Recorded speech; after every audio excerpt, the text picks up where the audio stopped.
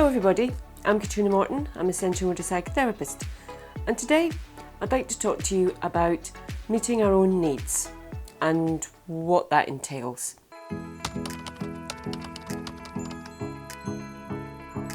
We all have needs. We know our kind of basic needs. We need food and water, warmth, people, connection. We have very basic needs that we actually need in order to function properly. But we have a huge variety of needs that are specific just to us. Our set of needs might be really different to other people's sets of needs.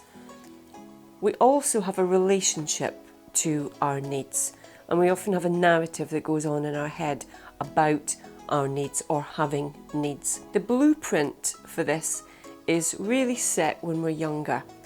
How our needs were met by our carers, how they were recognised, and the particular ways that our carers would recognise and meet those needs.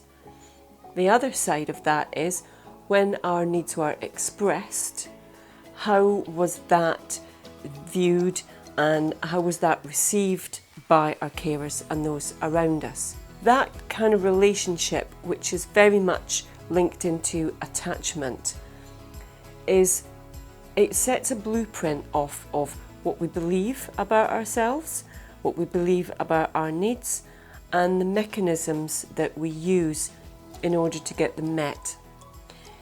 If our needs, when they were expressed, were really shut down, shamed, minimised, then often we will have to find kind of roundabout ways of getting those needs met without expressing them directly or overtly. As we grow up and those coping mechanisms actually become a bit more solidified, that can look a little bit like being a bit manipulative, being very indirect, trying to get people to guess what we want, and that can send out confusing messages to people.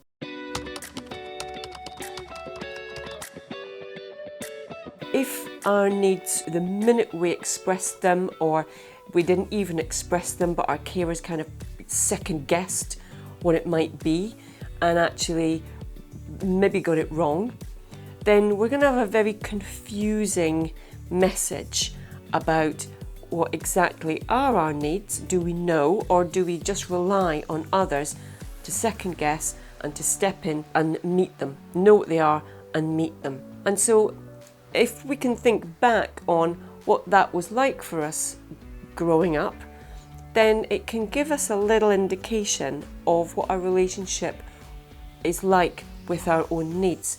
How safe, how able are we to actually express them? How able are we to actually recognise what they are? Especially when it comes into relationship. If ours have been shut down, if we've always been given the message that we have to put others before ourselves, always think of others, yours aren't important, meeting other people's is much more important, that's going to really show up when we get into a relationship. Ours are going to disappear, and we could go into massive people pleasing or trying to second guess what might make the other person happy. And it can have the kind of effect of almost making us feel like we don't really exist, we're not important, that we're kind of diminished in a way. And that can set up tensions within a relationship.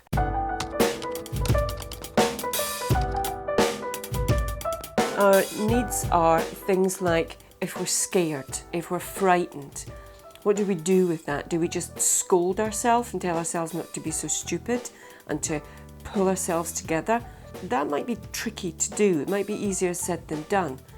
What we might struggle with is recognising that we're scared or we're feeling overwhelmed and actually being able to reach out to somebody, send a text, pick up the phone, just express something to someone that's there.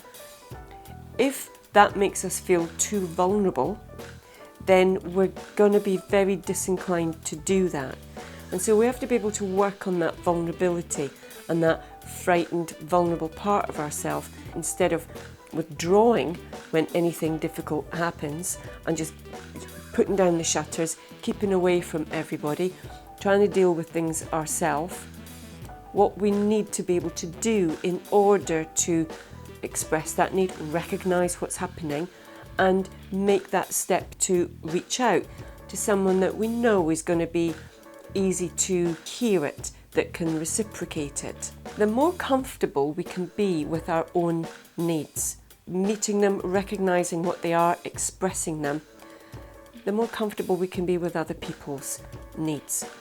We often associate needs with being needy, of needing too much attention, needing too much reassurance from someone.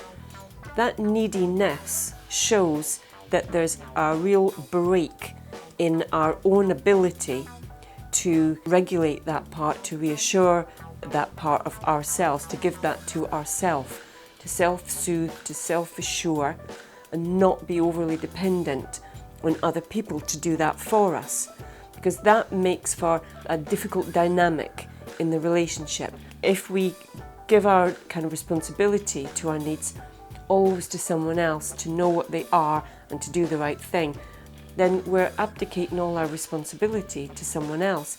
That might feel like too big a responsibility for someone else. If you don't do this, then I'm not happy. If you don't do this, then I don't feel safe. That's out of balance and unhealthy relationship. When we know what we need in order to feel safe, and we can meet that need, then it gives us a much more solid sense of being in charge of ourselves, being more self-reliant and self-assured.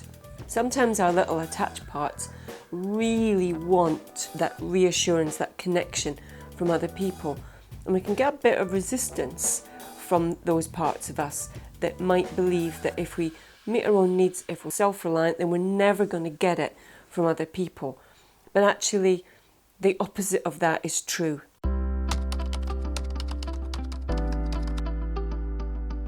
When we meet someone and they're very comfortable in their own skin, they can express what they think, what they want, what they need, quite free and easily, then we feel more comfortable with those people.